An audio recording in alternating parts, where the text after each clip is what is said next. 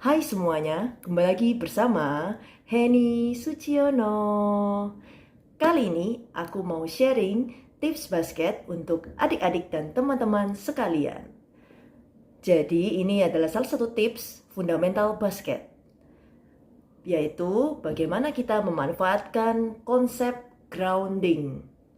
Jadi konsep ini yang dimaksud adalah kita memanfaatkan gaya gravitasi yang menekan berat badan kita ke bumi atau ke lantai, lalu kita menggunakan atau memanfaatkan reaksi dari gaya tersebut yang dikembalikan oleh lantai untuk mempermudah pergerakan kita. Agak susah bahasanya ya aku menjelaskannya. Jadi intinya kita menggunakan gaya untuk menekan lantai, yang dimana pastinya lantai akan menekan balik. Nah, kita menggunakan gaya itu untuk mempermudah atau memberi energi untuk kita bisa bergerak lebih cepat atau lebih tinggi kelompatannya atau lebih jangkauannya, lebih stepnya lebih panjang begitu. Nah, untuk menerapkan konsep tersebut ada beberapa yang menunjang, yaitu salah satunya yang pertama adalah pijakan kita. Yang pernah aku sharing juga untuk menghindari risiko cedera kita ketika kita basket adalah bagaimana pijakan kita, yaitu bayangkan ini telapak kaki, bagaimana kita menggunakan midfoot kita untuk kita menggunakan sebagai tumpuan untuk bergerak.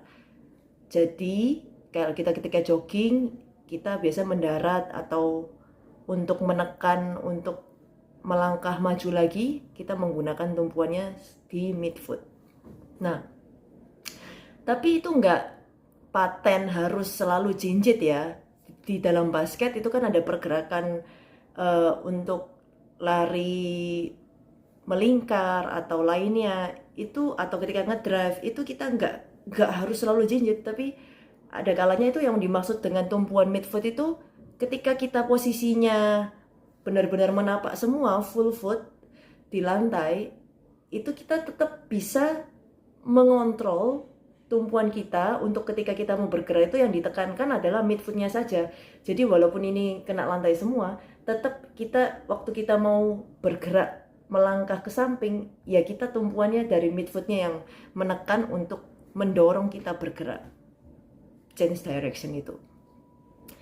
Nah itu juga jadi maksudnya ketika kita mau condong lari ke depan atau sprint, jadi kita kan akan agak condong ke depan badannya, lalu tumpuannya dari to mid lama-lama akan kita sambil condong ini kakinya, jadi akan naik, dan ketika sampai ininya yang di lantai midfootnya, kita dorong tekan midfoot tersebut untuk membuat kita pergerakannya menjadi eksplosif begitu. Nah selanjutnya yang kedua adalah athletic stance atau jongkok.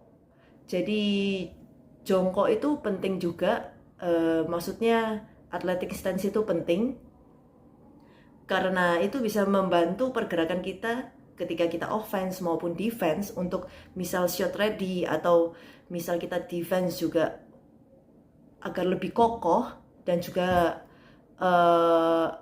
daripada kita berdiri. Misal bayangkan kalau kita berdiri itu kan tumpuannya cuma di kaki telapak. Kalau misal kita athletic stance, kita jongkok, pantatnya seperti kita sedang duduk gitu, di bawah ke bawah, bukan di bawah ke belakang ya, tapi di bawah ke bawah, pantatnya sedikit jongkok. Lalu dengan begitu otot-otot yang di kaki semua secara menyeluruh itu aktif, baik dari depan, belakang, betis, hips.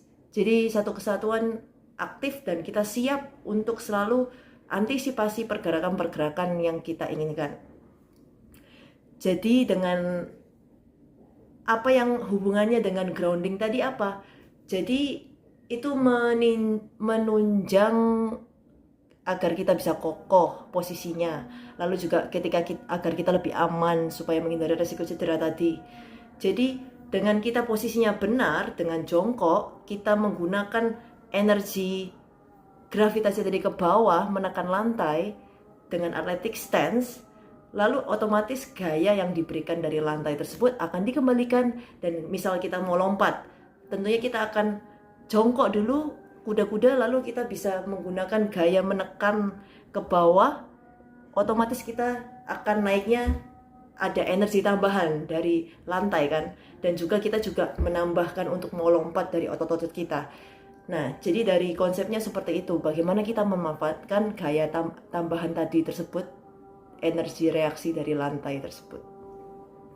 Jadi, kalau misalnya kita di syuting pun, syuting itu penting, athletic stance penting, karena untuk membantu mengontrol tubuh kita dan membantu ritme kita juga. Jadi kita menyerap, absorb energi ke center of mass kita ke bawah, lalu kita menggunakan energi tersebut untuk bolanya naik ke atas, lalu kita lompat. Nah, itu sangat membantu untuk ritme basket sih, ritme shooting basket. Bayangkan seperti adik-adik itu ada pair yang ketika kita tekan ke bawah, tekan ke lantai, lalu dia akan melawan untuk pegas itu akan lompat ke atas. Nah, bayangkan kalau kita terima bola terus lalu kita serap energi tersebut, kita tekan ke lantai, tapi dengan mendarat yang soft tentunya, tapi juga kita gunakan energi itu untuk absorb, lalu menekan lantai, lalu kita langsung tanpa pause kita gunakan untuk lompat ke atas untuk shooting.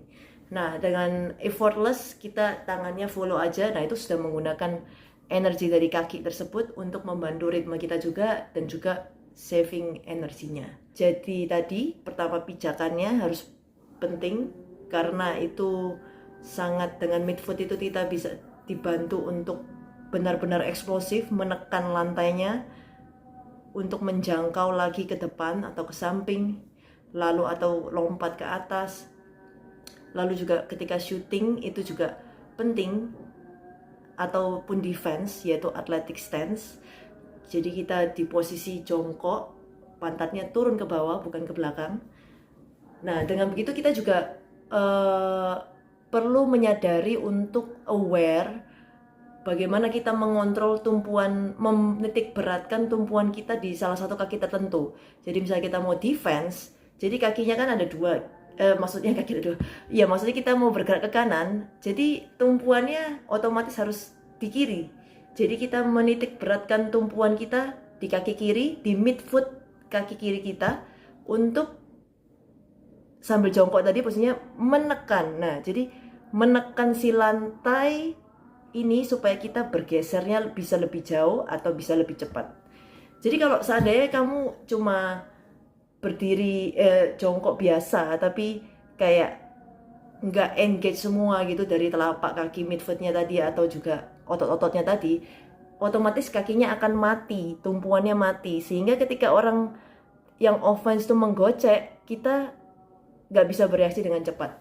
Jadi kalau engage gitu, maksudnya aktif semua ototnya, kita bisa mengontrol dari telapak tadi. Ketika kita mau bergerak ke kanan, kaki kirinya langsung menekan lantainya untuk menggunakan gaya tadi itu untuk bergeser ke samping kanan.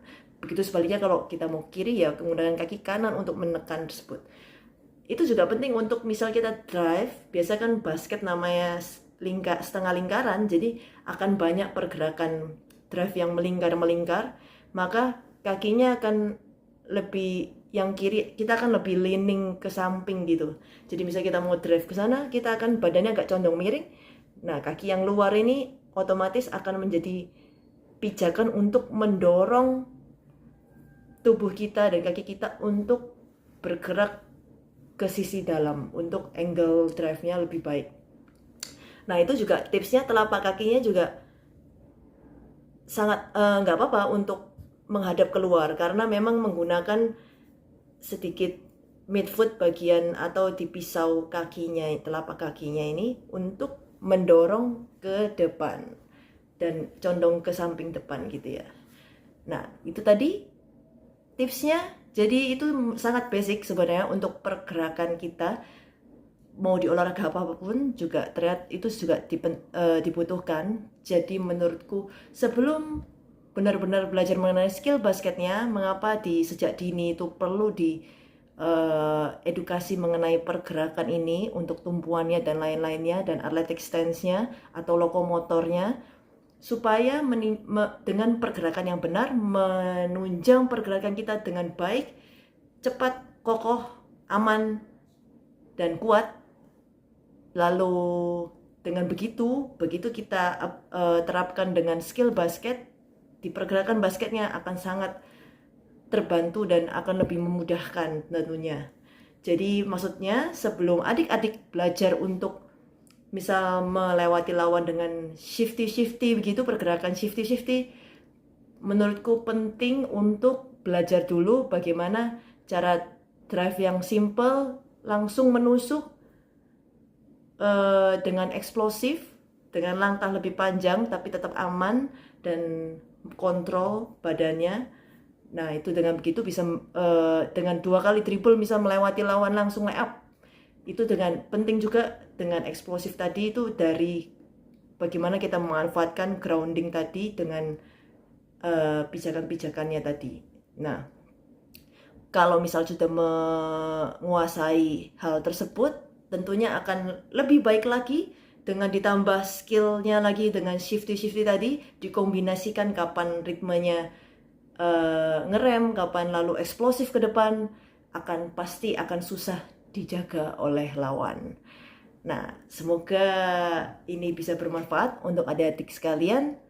Jangan lupa di-share kalau memang ini sepaham, dan juga ajak teman-temannya untuk berproses bersama. Dah.